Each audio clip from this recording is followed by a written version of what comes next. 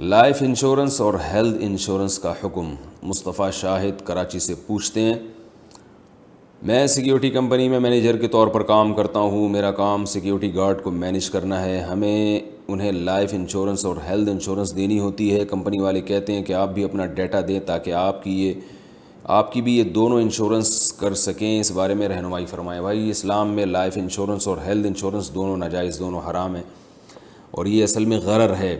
رسول اللہ صلی اللہ علیہ وسلم نے کوئی بھی ایسا معاملہ جس میں غرر ہو اس کی اجازت نہیں دی۔ بعض دفعہ اس میں قمار یعنی جوا بھی ہوتا ہے، بعض دفعہ اس میں سود بھی ہوتا ہے۔ یہ رقم داؤ پہ لگائی جاتی ہے کہ اگر فلاں کا انتقال ہو گیا تو آپ کو رقم مل جائے گی، نہیں ہوا تو رقم بعض دفعہ ڈوب جائے گی، اور بعض دفعہ رقم اصل مل جاتی ہے، وہ ڈوبنے کا چانس نہیں ہوتا، لیکن اضافی رقم مشروط ہوتی ہے کسی کی موت کے ساتھ یا کسی کے حادثے کے ساتھ۔ تو کبھی بھی کسی کے حادثے یا موت کے ساتھ جب آپ کا پروفٹ مشروط ہوگا تو یہ غرر کی ایک صورت ہے۔ غرر کا مطلب غیر یقینی۔ تو کاروباری معاملات میں اور جو بھی بزنس ہو اس میں شریعت نے حکم دیا ہے کہ حوادث اور حادثات کے ساتھ آپ کا پروفٹ مشروط نہیں ہونا چاہیے، اس وجہ سے یہ ناجائز اور حرام ہے۔ اس کے جتنے بھی دلائل دیے جائیں کہ اس میں لوگوں کو فائدہ ہوتا ہے، تو رسول اللہ صلی اللہ علیہ وسلم کے دور میں جو قمار تھا اس میں تو غریبوں کو بہت زیادہ فائدہ ہوا کرتا تھا۔ عرب یہ کرتے تھے کہ جوا جو جیتتا تھا اور اس کے نام جب رقم نکلتی تھی تو وہ ساری رقم غریبوں میں بانٹ دیا کرتا تھا، اور جوا کھیلا اس لیے جاتا تھا اس دور میں کہ غریب کو خرچ کرنے کے لیے پیسے کسی کے پاس نہیں ہیں، تو وہ جوئے میں پیسے جیت کے غریبوں کو کھلا کے فخر کرتا تھا کہ دیکھو میں نے غریبوں کو کھلایا ہے۔ تو اس کے تو بڑے فائدے تھے، لیکن اسلام نے اس کو حرام قرار دیا کہ غریب کو اگر آپ نے کھلانا ہے تو آپ تمیز سے بزنس کریں جیسے ساری دنیا کرتی ہے بزنس، اور اس طرح کے حوادث کے ساتھ اپنے پروفٹ کو مشروط نہ کریں کہ یہ چیز نکل آئی یا یہ تیر نکل آیا میرے نام سے تو یہ پیسے میں جیت گیا۔ یا انشورنس میں بھی یہی ہوتا ہے کہ حادثہ ہو گیا تو آپ کو پیسے ملیں گے، حادثہ نہیں ہوا تو پیسے نہیں ملیں گے۔ آپ یہ کہہ سکتے ہیں کہ اس میں تو تعاون ہے، جس کے ساتھ حادثہ ہو رہا ہے اس کے ساتھ تعاون ہے، تو تعاون کے لیے اس طرح سے بزنس یہ جائز نہیں ہے۔ تعاون کا طریقہ یہ ہونا چاہیے کہ بہت سے لوگ ایک کمیونٹی بنائیں اور اس کمیونٹی میں پیسے جمع کروائیں، جس کو ضرورت پڑتی ہے اس کے ساتھ ان پیسوں سے تعاون کیا جائے، جیسے بہت ساری کمیونٹی نے بنائے ہوئے ہیں۔ یہ تو ایک انشورنس تو ایک باقاعدہ بزنس ہے۔ میں بھی اس کے دلائل کی تفصیل میں زیادہ نہیں جاؤں گا، یہ تو بہت لمبا کلپ ہو جائے گا، اس پر علماء نے بہت کچھ لکھا ہے۔ یہ صرف میرا بتانے کا مقصد یہ ہے کہ انشورنس اور کے جواز پہ جو دلائل دیے جاتے ہیں تو علماء ان دلائل سے غافل نہیں ہیں، علماء کو پتہ ہے وہ کیا دلائل دیے جاتے ہیں، لیکن وہ سب غلط دلائل ہیں۔ تو اسلام نے جو باہمی تعاون کا طریقہ بیان کیا ہے، یا آپ خود سے بھی کوئی طریقہ ایجاد کر سکتے ہیں، اس طریقے میں یہ ضروری ہے کہ وہ قمار سے، سود سے اور غرر سے پاک ہو۔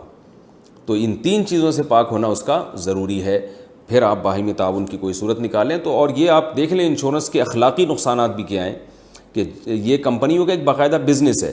اس کے اخلاقی نقصانات یہ ہیں کہ لائف انشورنس میں خاص طور پر کمپنیاں، یعنی اس میں تعاون کا تو کوئی صورت بنتی نہیں ہے۔ جس آدمی کی صحت اچھی ہوگی کمپنی اس کو عام طور پر لائف انشورنس دیتی ہے، بیمہ پالیسی اسی کو دی جاتی ہے، اور جو بیچارہ محتاج ہوتا ہے، یعنی اس بات کے لائق ہوتا ہے کہ اس کے ساتھ تعاون کیا جائے، وہ اس کے مرنے کا چانس ہے، ان کے ساتھ یہ بیمہ پالیسی والا معاملہ نہیں ہوتا۔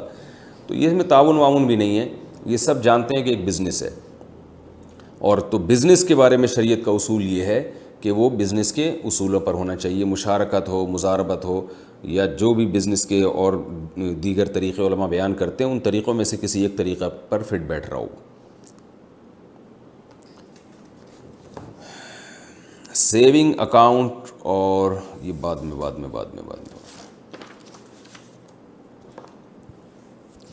کتا پالنے کا حکم۔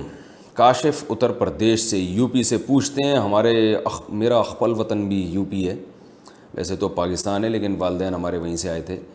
کیا کتا پالنا صغیرہ گناہ ہے یا کبیرہ گناہ؟ کیا کتا پالنے پر آدمی جہنم کا مستحق ہو جاتا ہے؟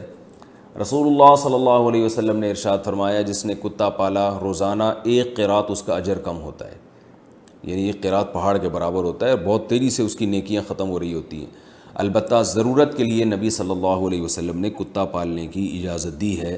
شکار کے لیے آپ پال سکتے ہیں یا گھر میں حفاظت کے لیے آپ پال سکتے ہیں، بلا وجہ کتا آپ نہیں پال سکتے۔ ایک بڑے عالم کا واقعہ میں اکثر بیان میں سناتا ہوں، وہ کہتے ہیں میں ایئرپورٹ پہ تھا تو کتا تھا تو میں نے تھوڑا سا اس کو پیچھے کیا تو ایک انگریز نے مجھے تانا دیا. گورے تو آپ کو پتہ ہے کتے لے کے گھر میں بھی چلے جاتے ہیں, کتے ان کے بستروں پہ ان کے ساتھ سو جاتے ہیں. تو کہتے ہیں وہ انگریز نے ان عالم پر اعتراض کیا کہ اتنا پیارا جانور ہے اور آپ اس کو پرے کر رہے ہیں اور نفرت کرتے ہیں.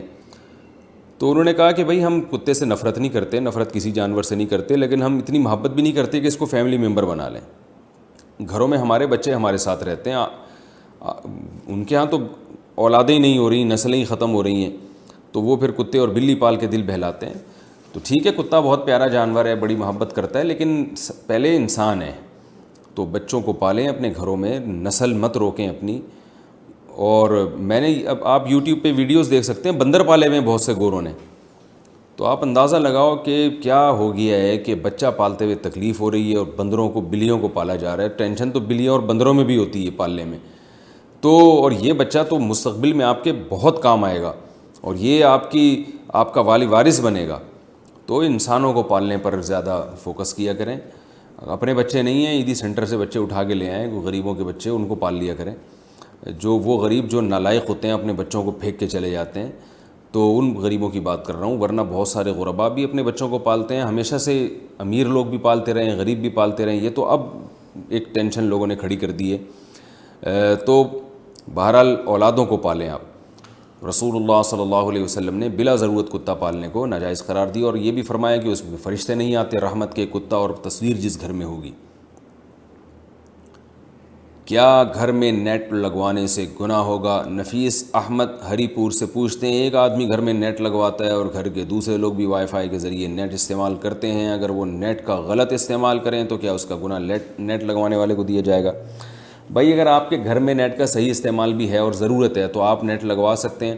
اگر کوئی غلط استعمال کرتا ہے تو وہ گناہ گار ہوگا. آپ اعلان کر دیں گھر میں, بلکہ نگرانی کا انتظام کریں تو اور اچھا ہے کہ بھئی یہ میں نے نیٹ جو لگوایا غلط چیز کے لیے نہیں لگوایا, برائی کے لیے نہیں لگوایا. تو انشاءاللہ پھر اگر کوئی نیٹ کا غلط استعمال کرتا بھی ہے تو آپ کو گناہ نہیں ہوگا. لیکن اگر نیٹ کی گھر میں ضرورت ہی نہیں ہے, وائی فائی گھر والے استعمال کر رہے ہیں اور کوئی ضرورت نہیں ہے, بعض دفعہ پتہ ہوتا ہے کہ ان کا برائی کے علاوہ اور کسی مفید کام میں استعمال نہیں کریں گے, تو اگر آپ کو یقین ہو کہ یہ جو ہے ہمارے گھر میں کوئی مفید استعمال نہیں ہے اس کا, پھر آپ کے لیے یہ جائز نہیں ہے. عام طور پر تو بہت سارے نیٹ کے مفید استعمال بھی ہوتے ہیں, تو وہمی نہ بنے اس میں.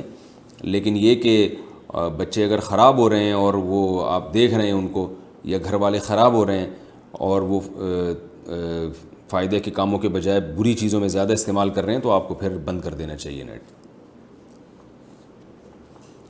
سنت یا نفل توڑنے پر قضا کا حکم. جاسم نور جلالی پشاور سے پوچھتے ہیں, ایک تو پشاور سے بھی ہیں اوپر سے جلالی بھی ہیں, ماشاءاللہ بھائی تو ڈبل جلال ہے.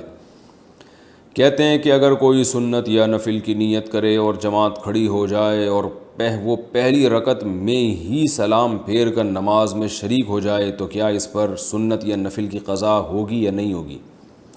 دیکھیے, سنت یا نفل نماز شروع میں تو واجب نہیں ہوتی, لیکن جب آپ شروع کر لیں تو پھر اس کی تکمیل لازم ہے.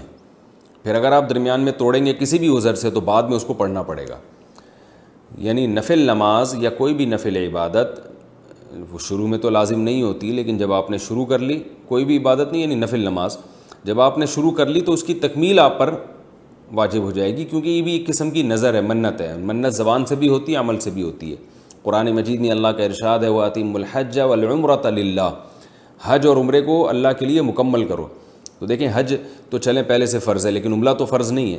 لیکن آپ نہیں کرتے عمرہ کوئی حرج نہیں ہے, لیکن جب آپ نے شروع کر لیا تو اللہ کہتے ہیں پھر اس کی تکمیل تمہیں کرنی پڑے گی. اسی طرح قرآن میں دوسری جگہ آتا ہے, لَا تُبْطِلُوا أَعْمَالَكُمْ, اے ایمان والو اپنے عمل کو ضائع مت کرو.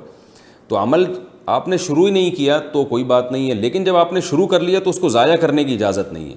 اسی وجہ سے ہم یہ کہتے ہیں کہ اگر کسی نے نفل روزہ نہیں رکھا تو کوئی گناہ نہیں ہے, لیکن رکھ کے اگر اس نے توڑ دیا تو اب اس کی قضا کرنا واجب ہو جائے گا, اسی دلائل کی وجہ سے کہ قرآن میں اللہ نے عمل کو ضائع کرنے سے منع کیا ہے. ایک عمل جب شروع کر لیا تو اس کی تکمیل آپ پر لازم ہے, اگر آپ تکمیل نہیں کریں گے تو دوبارہ سے اس کو کرنا پڑے گا آپ کو.